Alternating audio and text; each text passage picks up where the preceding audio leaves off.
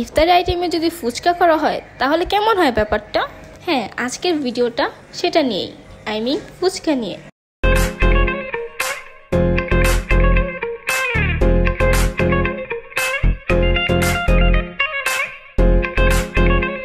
Hello guys, আসসালামু আলাইকুম।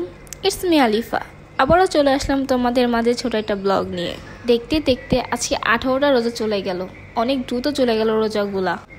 ইফতার আইটেমে অনেকজন অনেক ধরনের জিনিস বানায়, বিভিন্ন ধরনের রেসিপি তৈরি করে, কিন্তু ফুচকা কি কেউ তৈরি করে? হ্যাঁ, আজকে চলে আসছি ফুচকা আইটেম নিয়ে। যেহেতু রোজার মাস চলছে, বাইরে ফুচকা পাওয়া যায় কিনা জানি না, তাই আমি ভাবলাম ঘরেই তৈরি করে ফেলি ফুচকা।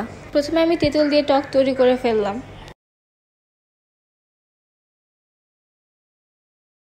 তারপর আমি ফুচকাগুলো ফ্রাই প্যানে ভেজে নিলাম।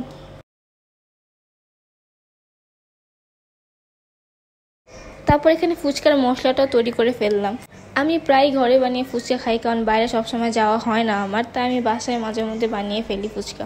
বাইরের ফুচকা থেকে বাসার ফুচকাটা বেশি টেস্টি হয়, কেন হয় জানি না, বাট বাসারটা আমার কাছে খুবই ভালো লাগে। আর এমনিও তো রমজান মাসে ফুচকা খাওয়া হয় না, তাই আজকে ইফতার আইটেমে ফুচকা করে ফেললাম। আর আমার মতো যারা ফুচকা লাভার আছো কিন্তু রোজার কারণে খেতে পারছো না, তোমরাও ইফতারিতে ফুচকা আইটেমটা করতে পারো। আজকের ব্লগটা এই পর্যন্তই। দেখা হচ্ছে নেক্সট কোনো ব্লগে। এই ব্লগটা কেমন লাগলো আমাকে জানাবে। So bye bye.